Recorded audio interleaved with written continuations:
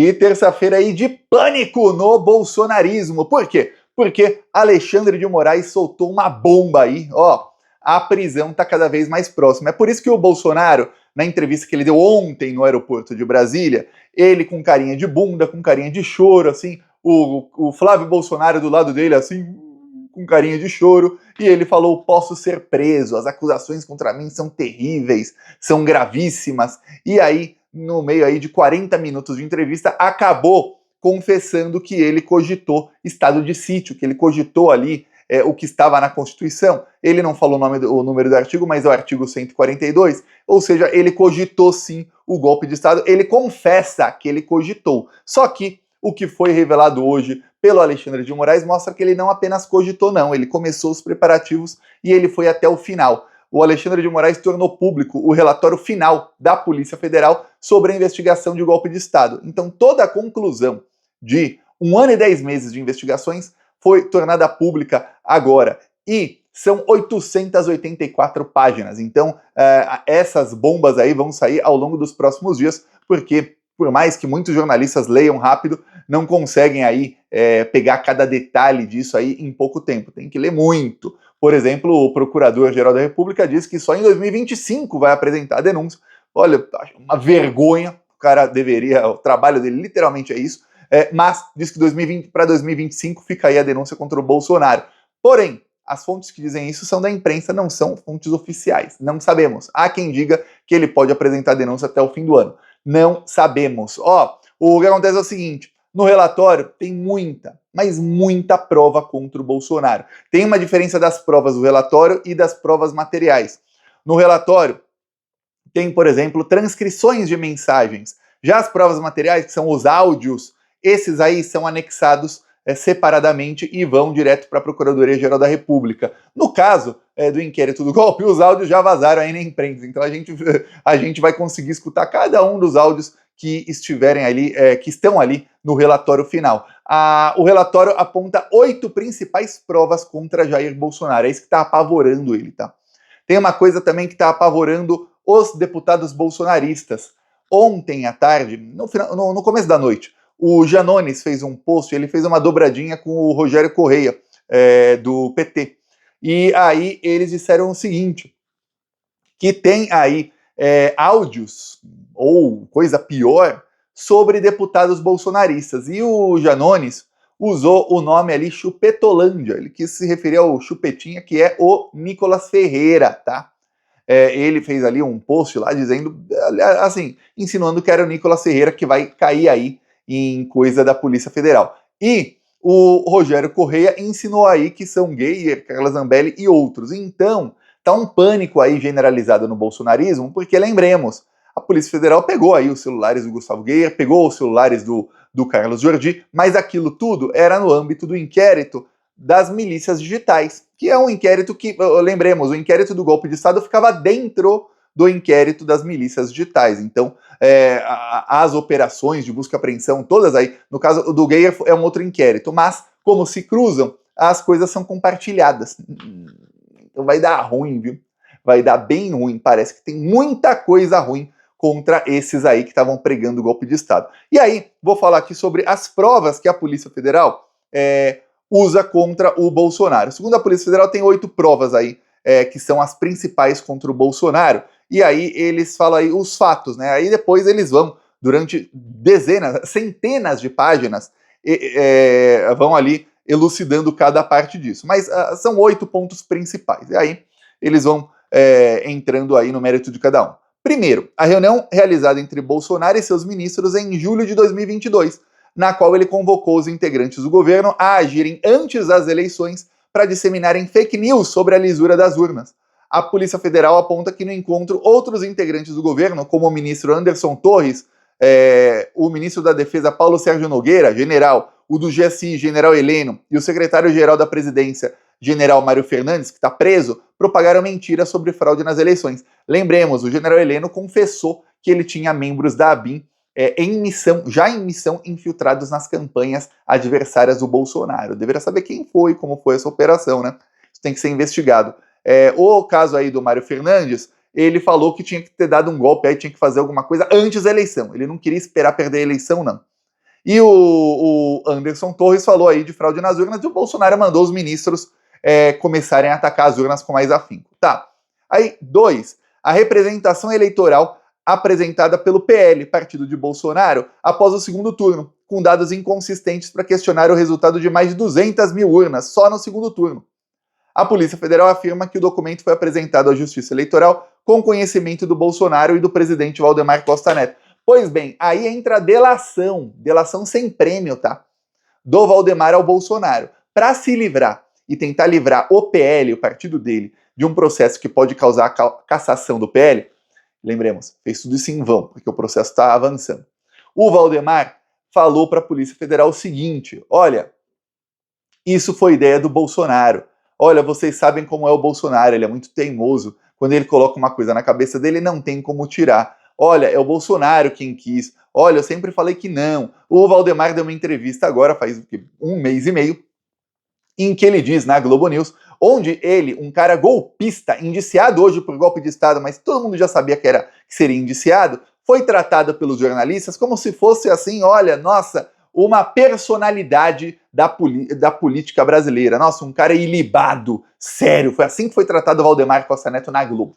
Aí, o Valdemar disse o seguinte, que olha, eu sempre fui democrata, olha, eu estive já estive em governos aí, eu votei na Dilma, eu não sei o que e tal. E aí disse que ele jamais, nas várias eleições que disputou e que o partido dele disputou, jamais questionou a lisura das urnas. Ele fala, E aí ele disse quem queria era o Bolsonaro. Só que tem um problema. O documento foi apresentado pelo Partido Liberal, porque só partidos políticos podem questionar o resultado da eleição. Sabe quem é o presidente do Partido Liberal? Valdemar Costa Neto. Sabe quem deu a ordem no Partido Liberal? Valdemar Costa Neto. O Bolsonaro não pode ligar para a assessoria jurídica do PL e mandar o PL entrar na justiça. Quem tem que fazer isso é o Valdemar Costa Neto. Lembra disso? Então ele foi indiciado e aí ele delatou o Bolsonaro. E todo mundo sabe que faz sentido a delação. É óbvio que foi ordem do Bolsonaro. Aliás, ordem essa dada em público. Não o Bolsonaro, que ele estava em silêncio, mas todo o bolsonarismo dizia que era para fazer isso. Pois bem, o 3. Ações de pressão ao comandante do Exército Freire Gomes, como a carta ao comandante do Exército de oficiais superiores da ativa do Exército Brasileiro. Lembre-se que alguns oficiais mandaram uma carta para o comandante do Exército. E a Polícia Federal sabe, essa carta foi articulada por Jair Bolsonaro. Ele deu aí o aval para que os militares pressionassem o chefe do Exército. Aí, 4. Com apoio do núcleo jurídico, o Bolsonaro elaborou o decreto conhecido como Minuta Golpista, que previa a ruptura institucional e a posse de Lula como presidente e impedia a posse de Lula como presidente eleito. O texto estabelecia a decretação de estado de defesa no âmbito do TSE e a criação da Comissão da Regularidade Eleitoral, para apurar a legalidade do processo eleitoral. A assinatura do documento por Bolsonaro ia abrir espaço para um golpe. E aí, a Polícia Federal, 5, colheu entrada e saída de visitantes do Palácio do Alvorada, diálogos de integrantes do núcleo próximo de Bolsonaro, datas e locais de reuniões que indicam que Bolsonaro tinha conhecimento da operação chamada Punhal Verde e Amarelo, que previa o uso de explosivos e veneno para matar Lula, Alckmin e Alexandre de Moraes, além de mais uma pessoa. E do plano Copa 2022, que previa capturar o Alexandre de Moraes. Lembremos,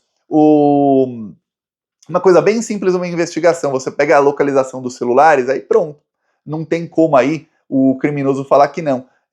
Mas no caso tinha ainda registros de entrada e saída e coisas piores. O general Mário Fernandes, que está enjaulado nesse momento, ele foi ao Palácio do Planalto quando o Bolsonaro sabidamente estava lá. Lembremos, o Bolsonaro não dava mais expediente no Palácio do Planalto. Quando ele perdeu a eleição, ele ficou 40 dias recluso no Palácio do Alvorada. Ele foi no Palácio do Planalto 2 ou 3 vezes. Quando estava lá, o general imprimiu dentro do Palácio do Planalto. Ele imprimiu o documento ali de golpe com o plano para matar o Lula, com o Bolsonaro lá. Aí sabe o que ele fez com esse documento? Ele levou para o Palácio do Alvorada, onde o Bolsonaro também estava. Ou seja, horas depois, o Bolsonaro foi para Alvorada, ele foi, não junto, mas foi separado. Não se sabe, hein? Não chegou ainda nessa parte, são 800 e tantas páginas. Não sabe nem se isso está descrito ou não. Mas ele foi ao Alvorada e ele foi com esse documento. Agora, eu vou te perguntar, o que você acha que o cara, no trabalho do Bolsonaro, era o local de trabalho dele, imprime um documento. O Bolsonaro não sabe. Aí ele leva para casa do Bolsonaro. Para quê? Ele foi mostrar para Michelle. Ó, Michelle, olha que documento bonito aqui, ó, vamos matar o Lula, hein, Michelle? Foi. Ele foi fazer o quê? Ele levou o documento para lá e foi assistir Netflix na TV da sala? E o Bolsonaro ficou no quarto, ficou em outro cômodo. Não se viram. Difícil, né, Bolsonaro? Muito, muito difícil falar que ele não sabia. Ainda mais aí com o fato de que foi impresso no... Eles imprimiram no Palácio do Planalto. Sabe? Uma impressora portátil aí que você compra nesses sites aí da China ou nessas lojinhas aí. Não custa nem 300 reais uma impressora. Impressora ruim, mas para imprimir um documento aí só preto e branco. Impressora portátil, pequenininha assim, imprime folha 4. Não conseguiram, não tiveram essa capacidade de pensar, pô, vou comprar uma impressora só para isso. Não, vamos imprimir lá de dentro do palácio, na impressora oficial do palácio.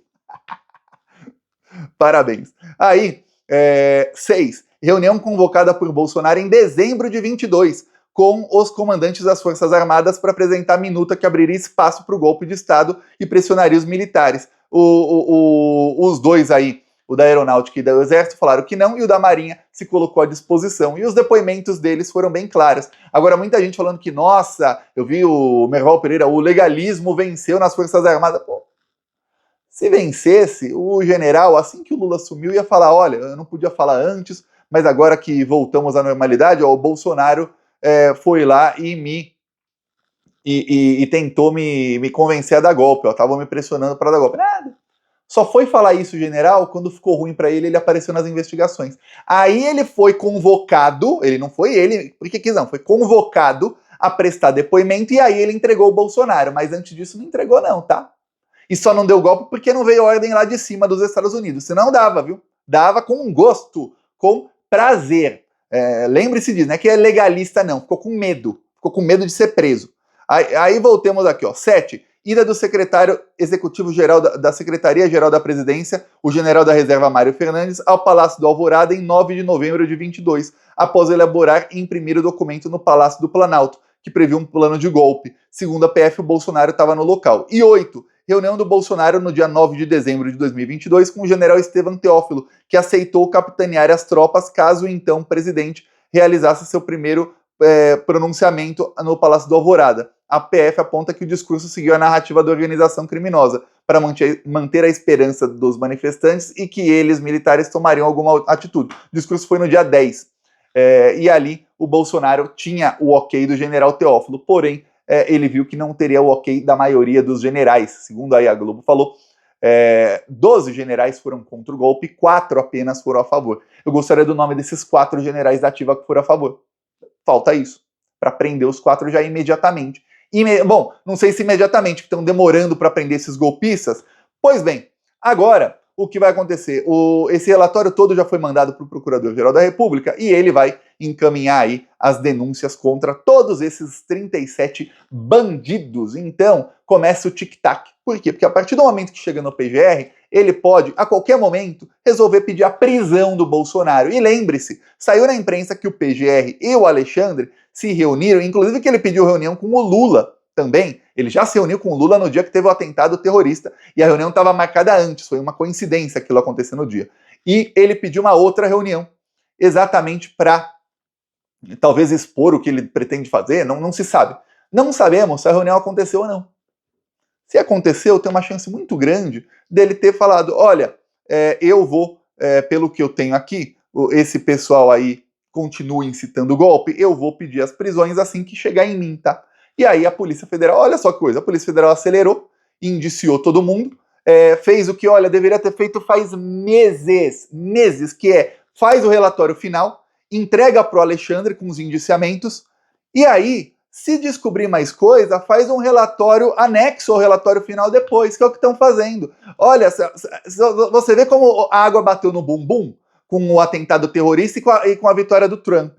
Por quê? Porque com essa descoberta aí do plano para matar o Lula, se fosse antes, com a mentalidade que estava a Polícia Federal meses atrás, iam fazer o seguinte, olha, descobrimos um fato novo, então o inquérito vai ser estendido por mais 2 meses. E aí ficamos nós com um nariz de palhaço aqui no nariz, narizinho vermelho, esperando mais 2 meses para ver se vai punir alguém. E o Procurador-Geral da República de braços cruzados, assim, pô, não chegou em mim a investigação, não faço nada. É isso. Eu vou falar, mas muito antes disso aí, lá uns 6 meses atrás, já tinham que ter colocado o relatório final, os indiciamentos, para que as denúncias fossem feitas ainda esse ano, no período eleitoral não tanto faz, deveria ter sido feita a denúncia. E aí, o que se descobriu depois, coloca num relatório anexo, depois do relatório final. Aí agora que a água bateu no bumbum, que virou, opa, estão voltando aí a atentados terroristas, o Trump pode tentar dar golpe, o Elon Musk, que é inimigo pessoal do Alexandre de Moraes, vai ser o ministro mais importante do Trump, é o ministro mais importante do Trump, esse cara pode tentar dar golpe no Brasil. Lembremos, o Elon Musk é um cara que tem aí bilhões e bilhões de dólares para jogar no lixo para dar golpe, porque ele sabe que depois ele rouba muito mais, então ele não tá nem aí. E agora, vamos prender os golpistas finalmente ou não? Aí resolveram fazer o óbvio, que vamos encerrar logo a investigação para que chegue logo na mesa do Gonê. Chegou na mesa do Gonê, o Gonê pode agora, ele como Procurador-Geral da República, pedir a prisão dos bandidos. Veremos aí. Eu peço a sua inscrição no canal, a prisão deles eu já estou pedindo aí faz muito tempo, agora eu peço a sua inscrição no canal e vamos seguir aqui contra essa corja maldita. Falou!